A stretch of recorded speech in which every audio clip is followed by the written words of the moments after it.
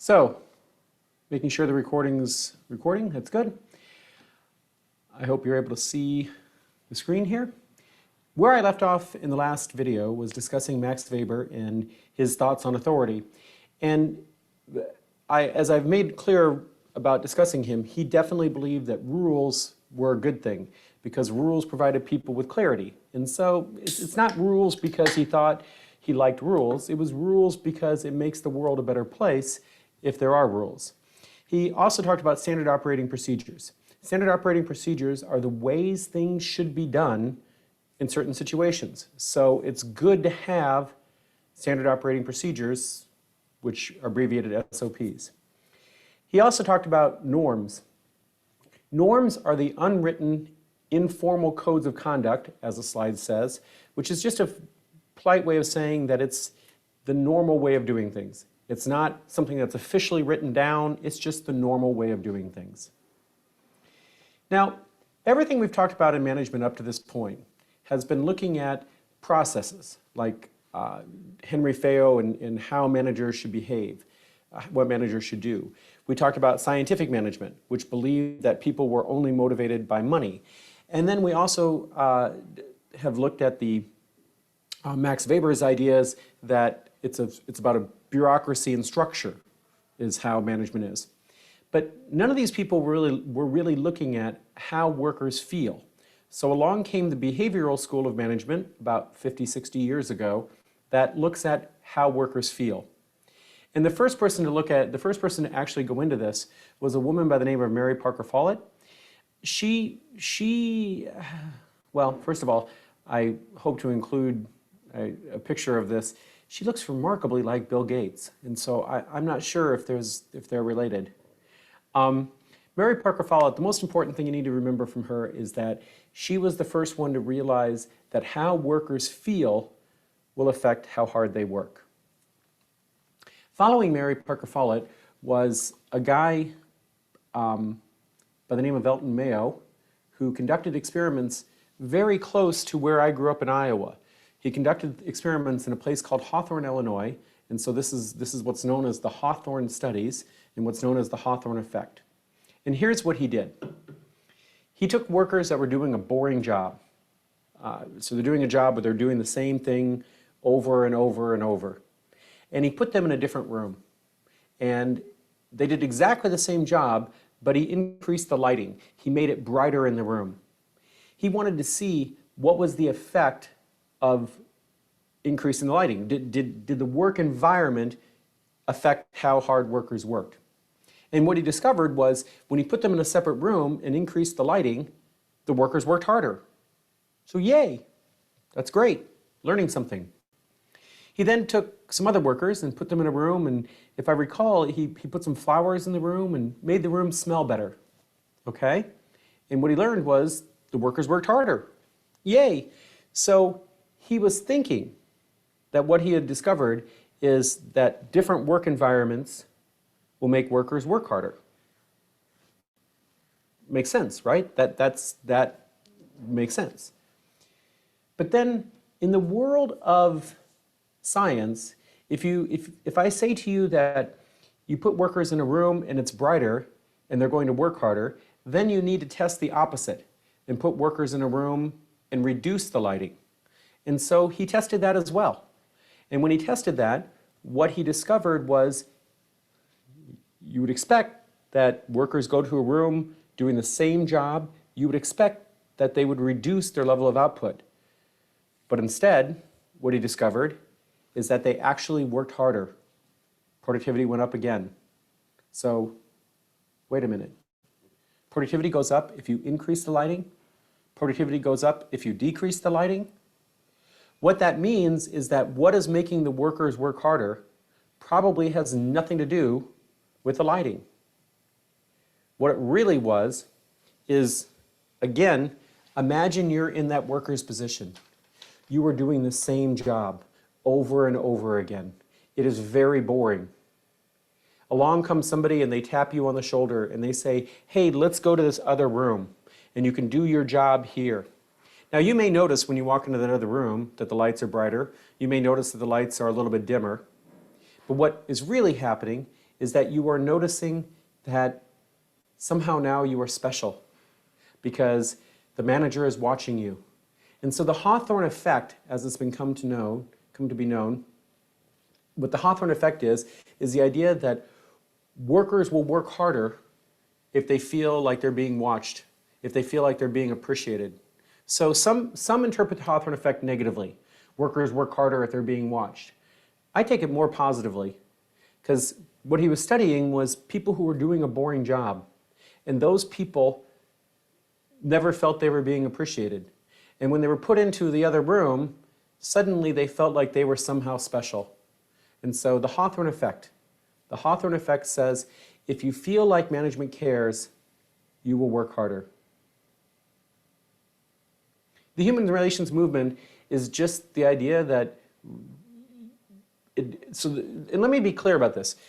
Elton Mayo in his Hawthorne experiment was not doing this because he cared about workers. He was doing it to increase productivity. So he was trying to do something that was in scientific management, following Frederick Taylor and the Gilbrists, but his discovery, what he found, was really more along the lines of the human relations movement, discovering that how people feel affect productivity. I hope that makes sense. So behavior of managers, so forth, affects the workplace. Yeah, got it. And yeah, there are informal rules in every organization. We have lots of informal rules. We have lots of informal rules here at UAEU. The study of all this is what's known as the study of organizational behavior. And it's the psychology of the workplace. And if you find that interesting, we've got a class here at UAEU that you can take called Organizational Behavior, and it's a very interesting class. Regardless of what you major in, I hope you consider taking that class. So a few more schools of thought to talk about. Management science theory and quantitative management are both areas of management study that, actually all three of these, management theory, quantitative management, operations management, all of these are trying to use numerical ways, using numbers as a way to try to find better ways to do things. So I could read you the definition, but you have the ability to read. Contemporary management science theory is a contemporary approach to management that focuses on the use of rigorous quantitative techniques to help managers make maximum use of organizational resources to produce goods and services. What that simply is saying is that we're trying to use math. How do we increase productivity? So it's a growth, it's part of scientific management, more modern view of it. And the same thing with quantitative management. Whenever you see the word quantitative, in whatever class you're in, if you see the word quantitative, simply think math. So they use models and simulations to try to create better ways to do things. And then operations management. In today's world, we don't use the term operations management much anymore. We now say supply chain management. And supply chain management is basically how you go from start to finish in any process. And I think supply chain management is also extremely interesting. And as a business student at UAEU, you'll be taking all of you will take at least the introductory course to supply chain, and I hope you find that interesting. Total quality management. So there's a whole, total quality management is absolutely fascinating to me. And I could do an entire video just on total quality management because it is genuinely interesting. The most important ideas of total quality management are that the customer is king or queen. So you do what the customer wants. The second part of total quality management is the idea that you should always look for ways to improve. When we talk about total quality management, I like to think back to Henry Ford, the guy who founded Ford Motor Company. And he was asked more than 100 years ago, well, before I go on with the story, when you think back to cars, really, really old cars, you will hopefully know that the cars were all black, okay? So more than 100 years ago, Henry Ford was asked, What if your customers want some other color car? And Henry Ford's quote, his famous quote was this: "They can have any color car they want so long as it's black." Think about that. I'll say it one more time slowly. They can have any color car they want so long as it is black.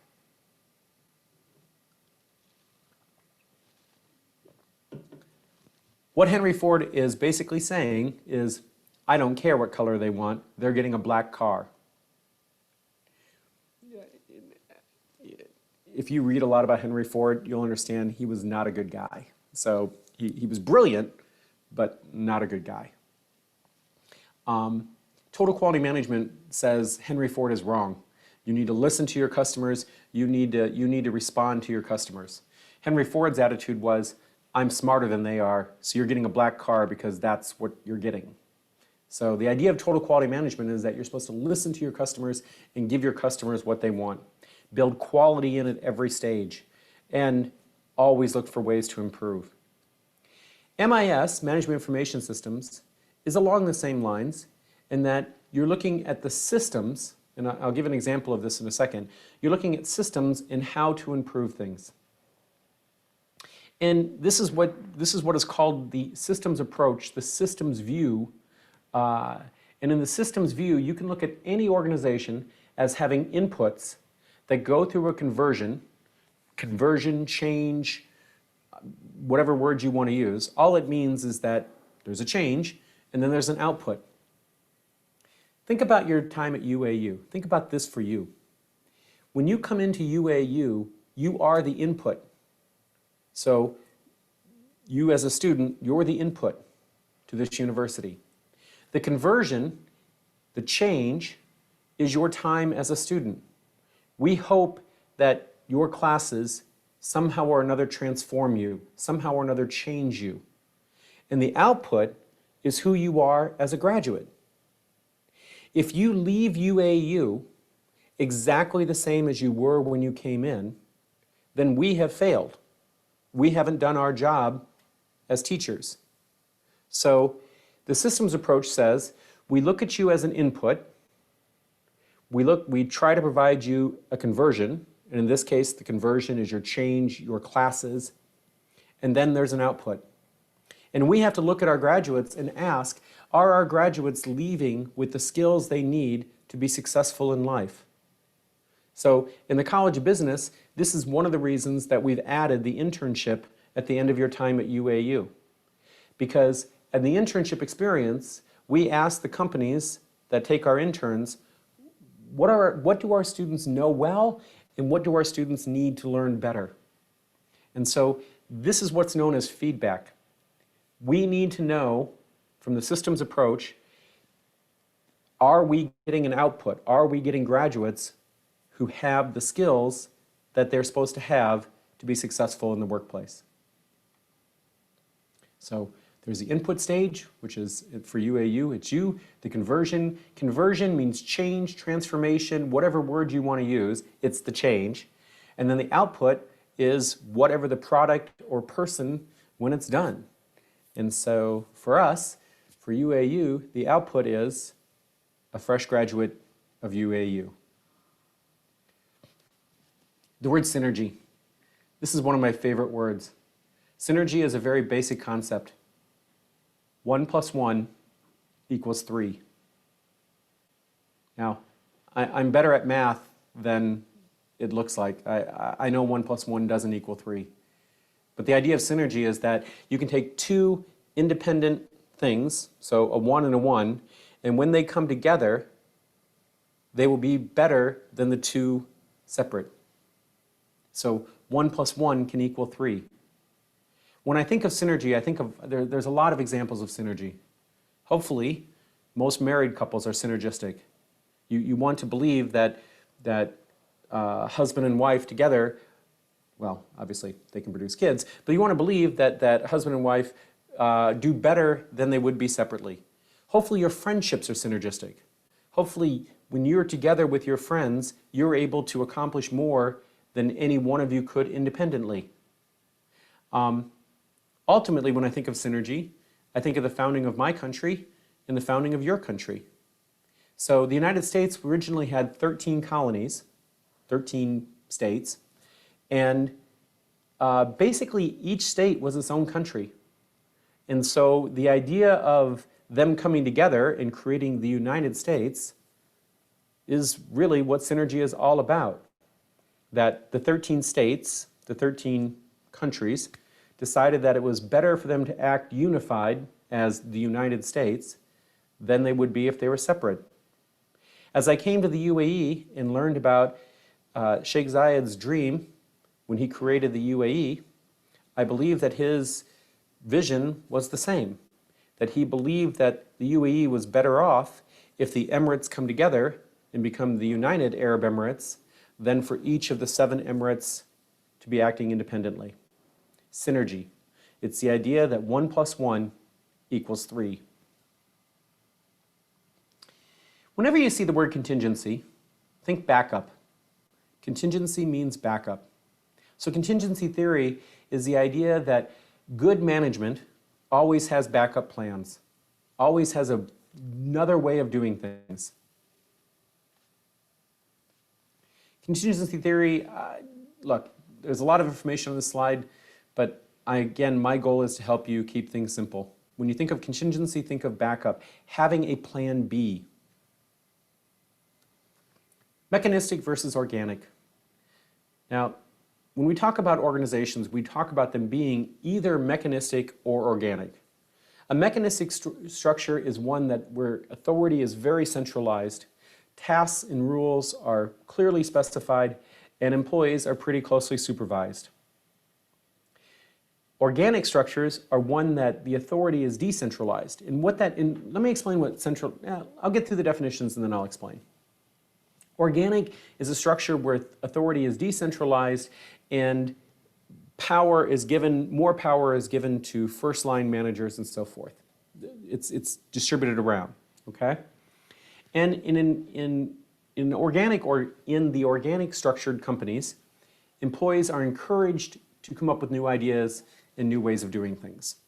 Now, when I teach this in class, I ask my students, what do you think UAEU is? And